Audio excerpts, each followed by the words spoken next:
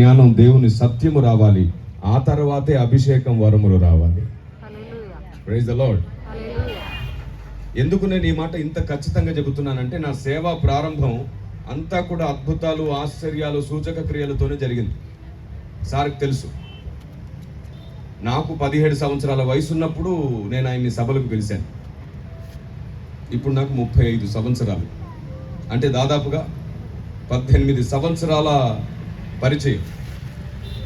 అప్పుడు నేను చాలా చిన్నగా ఉన్నాను, అంటే దాదాపుగా వాళ్ళ పిల్లల వయసు. వాళ్ళ పిల్లలకు నాకు జస్ట్ 2-3 సంవత్సరాలు డిఫరెన్స్ ఉండొచ్చు అంతే. అంత చిన్న వయసు నుండి ఆయన నన్ను చూస్తున్నారు. అప్పుడు నా పరిచర్య మొత్తం స్వస్థతలు, అద్భుతాలు, ఆశ్చర్యాలు, పేరు పెట్టి పిలవడం, అదే జరుగుతూ ఉండేది. 2010 సంవత్సరం నా పరిచర్య మలుపు తిరిగింది. 2010 జూన్ 5వ తారీఖు నాకు యాక్సిడెంట్ అయి నేను చనిపోయాను. స్పాట్లో చనిపోయాను. చనిపోయిన తర్వాత 1:20 నిమిషాలకు తిరిగి నేను బ్రతికాను. ఈ 1:20 నిమిషాల సమయంలోనే నా జీవితం మొత్తం మలుపు తిరిగింది. నా వెనకాల ఒక ఇద్దరు ఉన్నారు. మేము బైక్ పైన ప్రయాణం చేస్తున్నాం. అనుకోకుండా ఒక టర్నింగ్లో నేను బైక్ని పక్కన ఆపుదామని టోటల్గా న్యూట్రల్ చేసి అలా సైడ్కి వెళ్తున్నాను. నాకు తెలియకుండానే ఇంకో వైపు నుంచి ఒక పెద్ద వాహనం నా మీదకి వచ్చేసింది. వాడు తాగున్నాడంట బాగా. నేను కంట్రోల్ చేయలేకపోయాను, పక్కన ఆపున్నాను కదా. ముందుకు వెళ్ళడానికి కూడా ఆ నిమిషానికి నాకు అవకాశం లేదు. ఉన్నట్టుండి ఘోర ప్రమాదం. జస్ట్ పడిన తర్వాత ఒక 5 నిమిషాలకి నేను చనిపోయానంట. ఈ గాయాలు అవే. ముక్కులోంచి రక్తం, చెవుల్లోంచి రక్తం వస్తుంది. అప్పుడు నాకు ఒక పెద్ద దర్శనం కనబడింది. ఏంటో తెలుసా? ఆకాశంలో ఒక పెద్ద కొండ కనబడుతుంది. ఆ కొండ మీద నుంచి ఓ పెద్ద ఆయన దగ దగ దగ మెరిసిపోతున్న రూపంతో పరిగెత్తుకొస్తున్నాడు. నేను అరుస్తున్నాను, పడిపోతారు పెద్ద ఆయన, పరిగెత్తొద్దు, పడిపోతారని అరుస్తున్నాను కింద నుండి.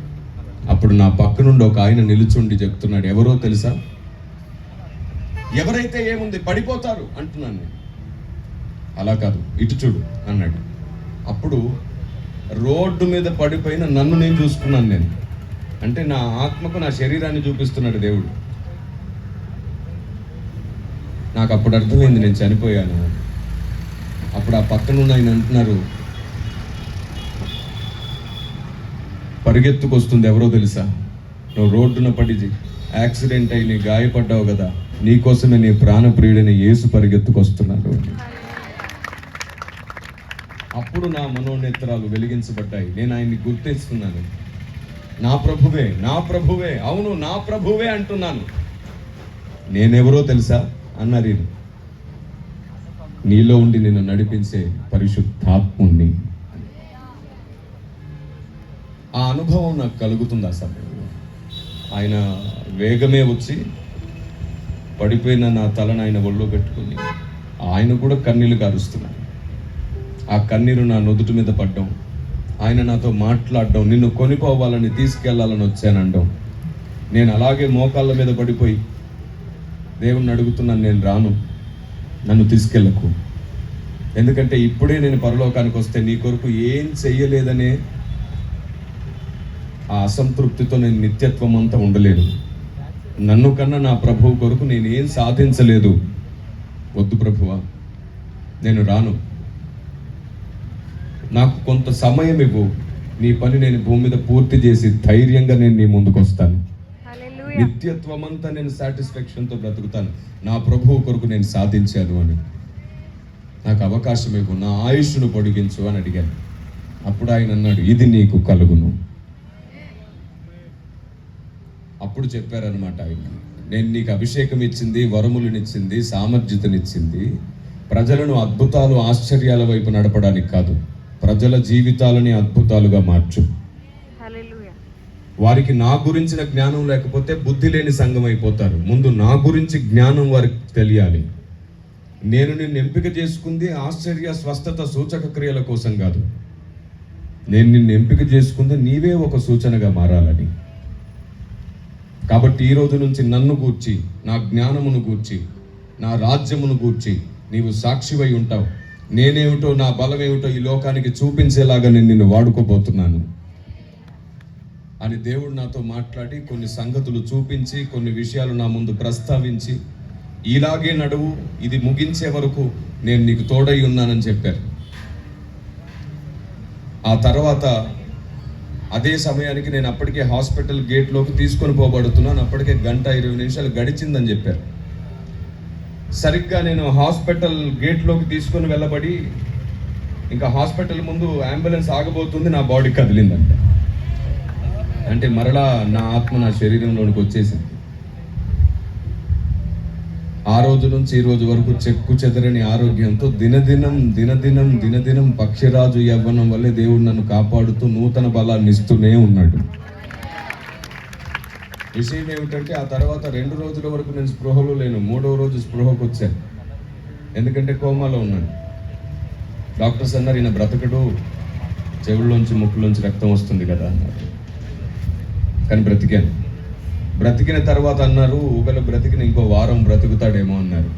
వారం గడిచింది, ఇంటికి వచ్చేసాను. డిశ్చార్జ్ అయ్యి పోట్లాడి మరీ డాక్టర్స్తో ఇంటికి వచ్చాను. డాక్టర్స్ అన్నారు, ఎప్పుడైనా ఏమైనా అవ్వచ్చు, చూద్దాం, 20 డేస్ గడిచిన తర్వాత అన్నారు. 20 రోజులు గడిచింది. సరిగ్గా నేను ఒక సభలో 20 రోజుల్లో వాక్యం చెప్పడానికి వెళ్ళాను. చేరేశారు, కూర్చొని వాక్యం చెప్తున్నాను. ఎందుకంటే చాలా గాయాలు ఉన్నాయి, కుట్లు వేసేసి ఉన్నాయి, ముఖం చాలా వాసిపోయి ఉంది. తర్వాత డాక్టర్ చెకప్కి వెళ్తే, కష్టమేనండి, 2 సంవత్సరాల వరకు మీరు సర్వైవ్ అవ్వడం కష్టం అన్నారు. 2 సంవత్సరాలు కూడా గడిచిపోయాయి. 3 సంవత్సరాలు గడిచిపోయాయి. 15 సంవత్సరాలు గడిచిపోయాయి. యాక్సిడెంట్ అయినప్పుడు నేను ఒంటరిగా ఉన్నాను. ఈరోజు భారతదేశంలో 4 రాష్ట్రాల్లో ఉన్నాను నేను. దేవునికి మహిమ కలుగును గాక. ఈరోజు WCM పరిచర్య భారతదేశంలోని 4 రాష్ట్రాల్లో ఉంది. మరొక 7 సంవత్సరాల్లో భారతదేశం అంతటా వ్యాపిస్తాను. భారతదేశం అంతటా వ్యాపించడానికి కావలసిన అన్ని సన్నాహాలు సిద్ధమవుతున్నాయి. నేను 4 గోడల మధ్యలో చేయడానికి రాలేదు పరిచర్య. 4 దిక్కుల వరకు వ్యాపించాలనుకుంటున్నాను. 4 దిక్కులు మోగేలాగా పరిచర్య జరుగుతుంది. ఎలా జరుగుతుంది? శక్తితో, బలంతో కాదు, ఇది ఆత్మతో జరుగుతుంది. కాబట్టి దేవుని ఆలోచన విధానంతోనే జరుగుతుంది. మనిషి ఎప్పుడు సామాన్యుడే, దేవుని పరిచర్య అసామాన్యమైనది. మనిషి ఎప్పుడు లెక్కలో లేనివాడే, కానీ దేవుని పరిచర్య చాలా గొప్పది. ఈరోజు నన్ను కిరణ్ పాల్ గారు అనగానే చాలా గొప్పగా చూస్తుంటే, నాకు నేను చేస్తున్న పరిచర్య విలువ ఎంత గొప్పదో అర్థమవుతుంటుంది. నా విలువ కాదది, నేను చేస్తున్న పరిచర్య విలువ నాకు ఈ ఘనతనిచ్చింది. దేవుని ఆలోచనకు చాలా శక్తి ఉంది. ఎంత శక్తి ఉందో తెలుసా?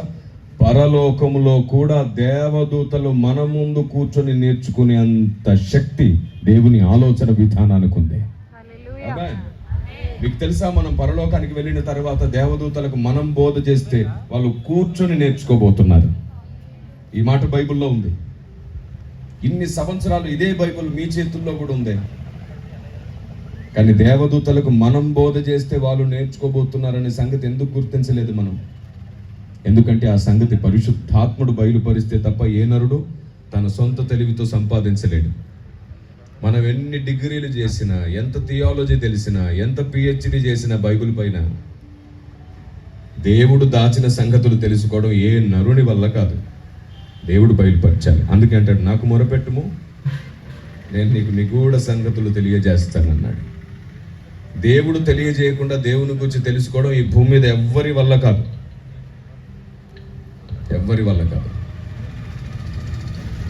అవును, అసలు బైబిల్లో ఎక్కడుందా మాట మనం పరలోకానికి వెళ్తే దేవదూతలకు బోధ చేస్తామని? ఎఫెసీ పత్రిక 3వ అధ్యాయం 8 నుండి 10 వచనాలు చూడండి ఒకసారి. ఎఫెసీ పత్రిక 3వ అధ్యాయం 8 నుండి 10 వచనాలు.